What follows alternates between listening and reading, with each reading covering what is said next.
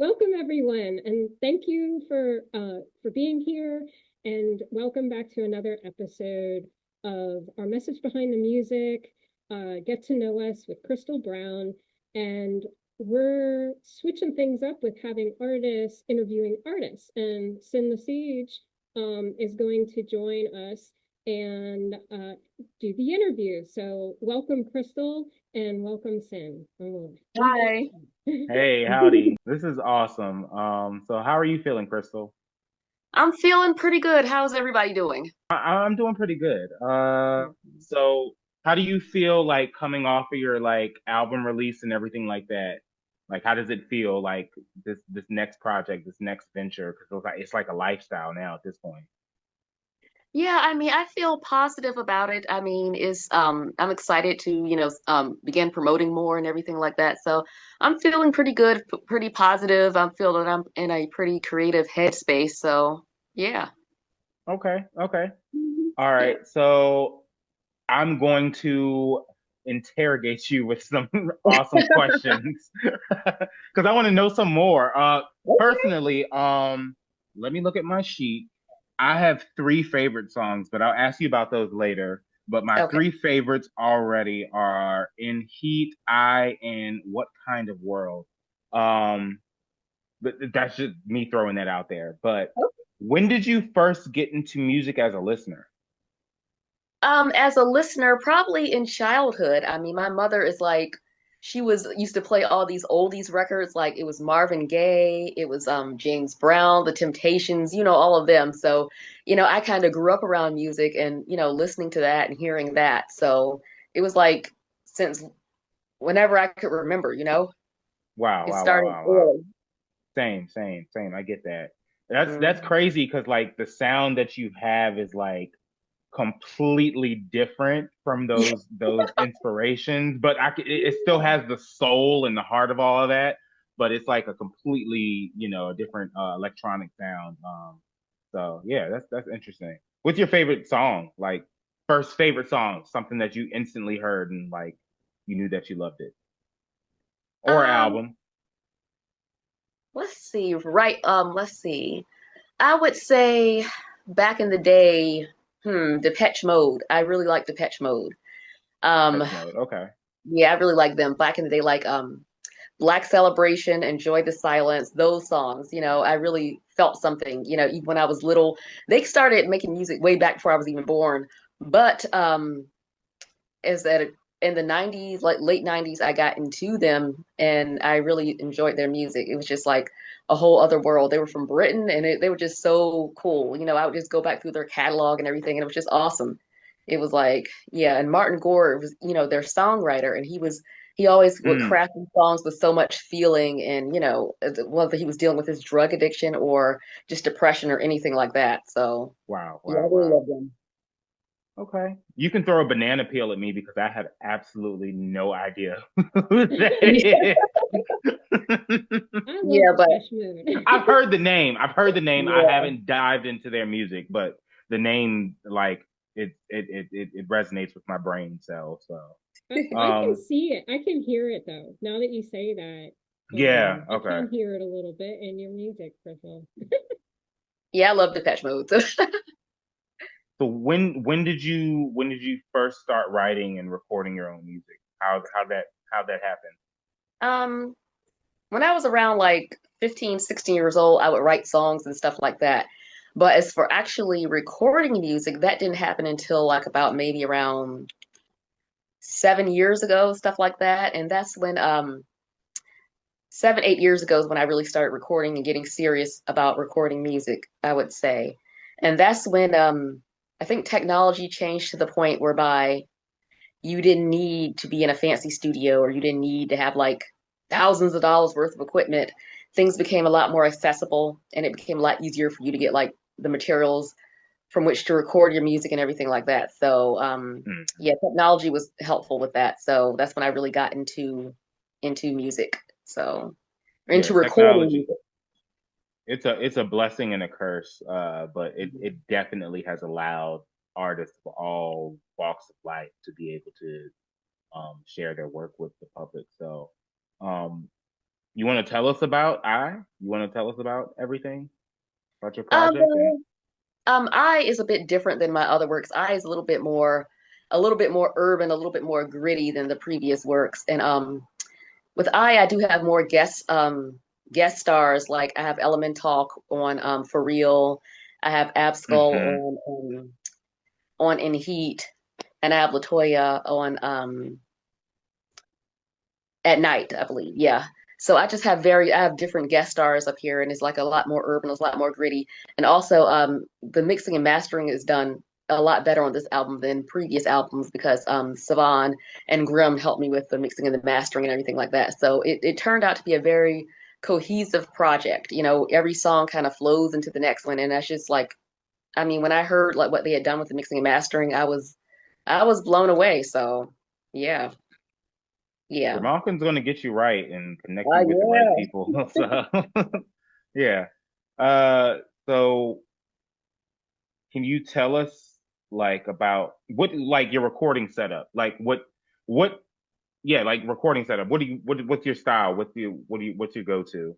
Okay, well, this to be honest, this album was actually recorded right in my apartment. Believe it or not, it was recording right in my apartment, and I had like I had my laptop, I had my USB mic, I had like a pop filter like thing, um, and I just made sure that everything was quiet, and I just went through and recorded it, and I had recorded onto Audacity, the vocals and everything onto Audacity, and Yeah. then on everything Oh, I like love that. Audacity. I love it. You can't get better than free 99, right? But I love Audacity. And basically as far as the production, it was like I would deal with various artists like on Fiverr from all over the world, like Greece and places like that. So it was interesting.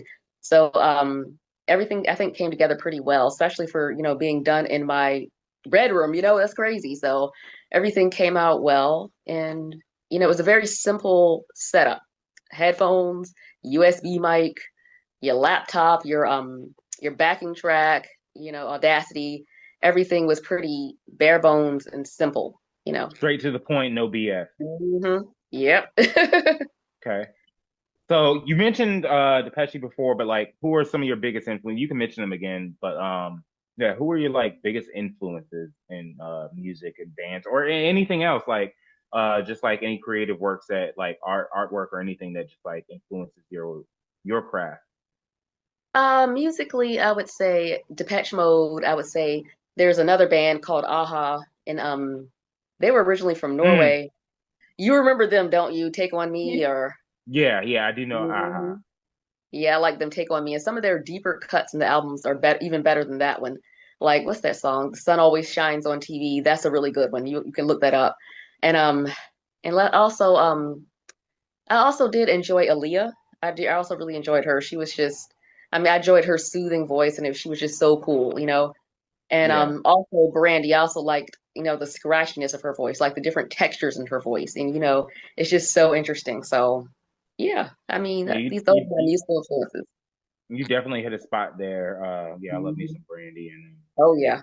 I grew up with them. But I like that you mentioned like deep cuts too.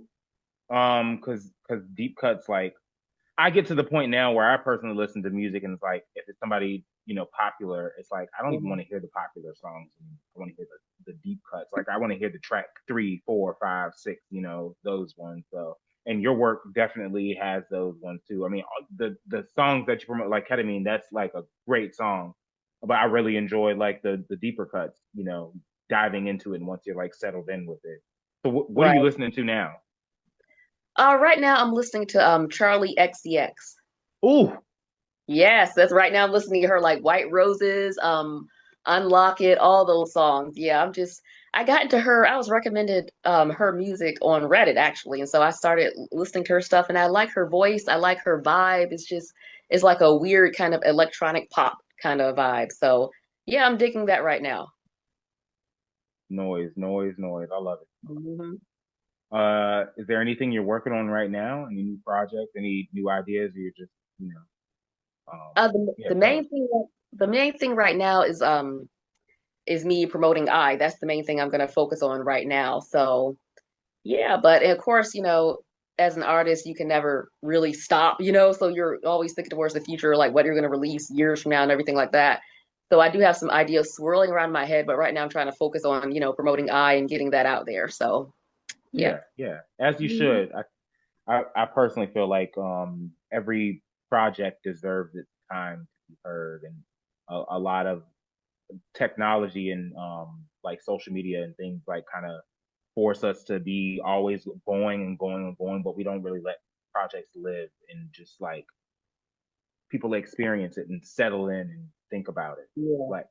So, um, so as you know, I think we met last year at the Grimalkin Fest for the first time. We had Hmm. already known about you, but um, Grimalkin is much more than music and mutual aid and encouraging folks to become more active in their local communities. It's very important to Grimalkin. And Grimalkin donates tape proceeds to a mutual aid need or grassroots organization, artists choosing that is local to them. How did you choose where your tape proceeds are going? I've wanted to go to Grimalkin because I feel that Grimalkin is doing important work in the industry. I feel that we need to stop like begging for a seat at the table for the with the mainstream media, with the mainstream industry and things like that.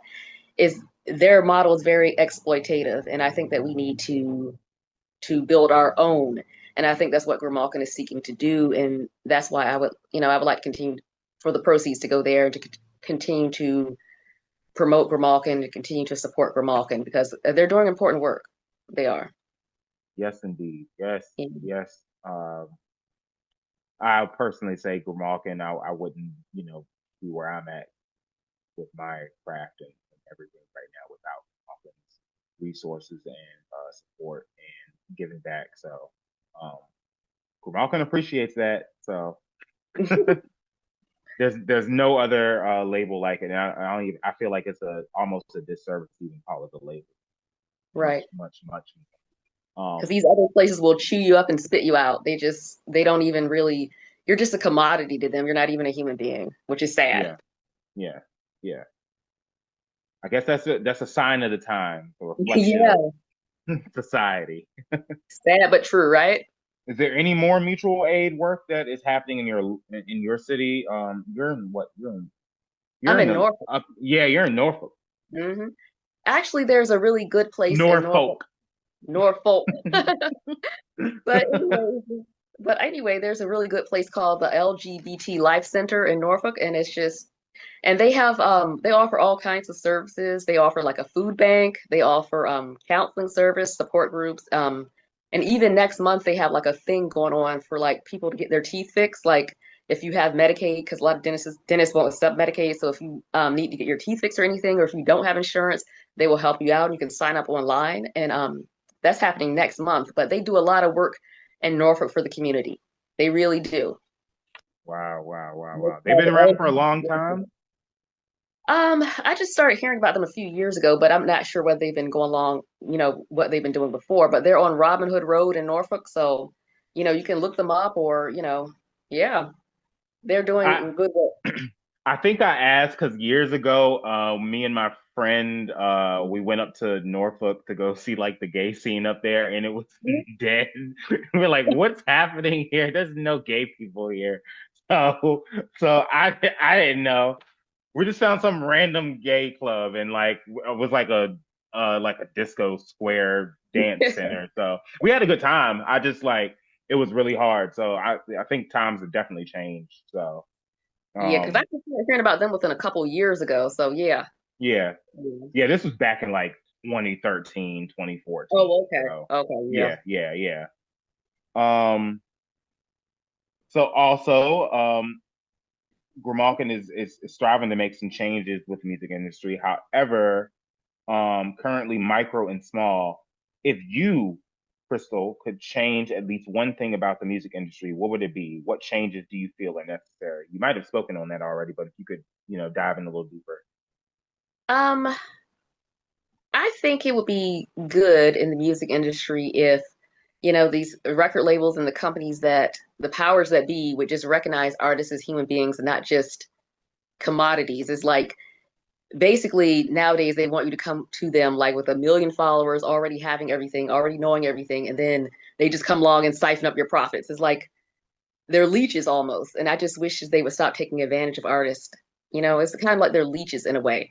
And it's like they don't even view these artists as people. And it's like they will just chew you up and spit you out, even though you may look the same or still be producing quality music. They're like, okay, well, you're old now, and we know somebody else who has more followers, so yeah, we're gonna get them and we're gonna drain them dry. We're just gonna kick you to the curb. It's just the industry is Mm. too cutthroat. The powers that be is just too cutthroat. The artists themselves are cool, but the people who actually are kind of running things in the traditional model, they just, I don't know. I don't know. They just, you know what I'm saying. Yeah, sounds similar to our presidency. All right. Yeah. So uh current administration. So could you tell us, this is not on the list, could you tell us about your furry little friend that wants to say hi on camera? I see their paw. Yeah, that right there is Perseus. Yeah, his name is Perseus? Perseus. Yeah, he's a good boy. Yeah, he's a good boy. That's a He was a beautiful name. feral. Yeah, he was a feral, and I adopted him like in August. He was actually an outside stray. So yeah, but he's actually really friendly. He was rescued as a kitten. So he lived near my house in a colony. So I got him fixed all up, and he's doing well. Wow. Hi there. Yeah, he's about like 9 months old now. So Perseus, what are your musical inspirations? Stop. To start annoying me when I want to concentrate on something. That's his inspiration. Yeah, he's a character. He's a good boy though. I believe it. I believe it. I can see. You Uh, have a bunch of different pets too, don't you, Krystal? yeah, Yeah. you have a couple. Yeah, you saw the big gray cat that was earlier on Discord, right? Yeah. Yeah. Okay. But the big gray one is named Squeaky. Yeah. Squeaky. Yeah, Oh, he's that's always cute. complaining about something. So that's why I Ah, named him that. makes sense. Okay. So, one of my last points, and then I'll kind of give the floor to you to, touch up on anything. But at Grimalkin, we believe in music is that music is a vehicle for positive change and a way to document stories, experiences, and a history for marginalized people. Can you share with us some parting words of wisdom, advice, or hopes for the future?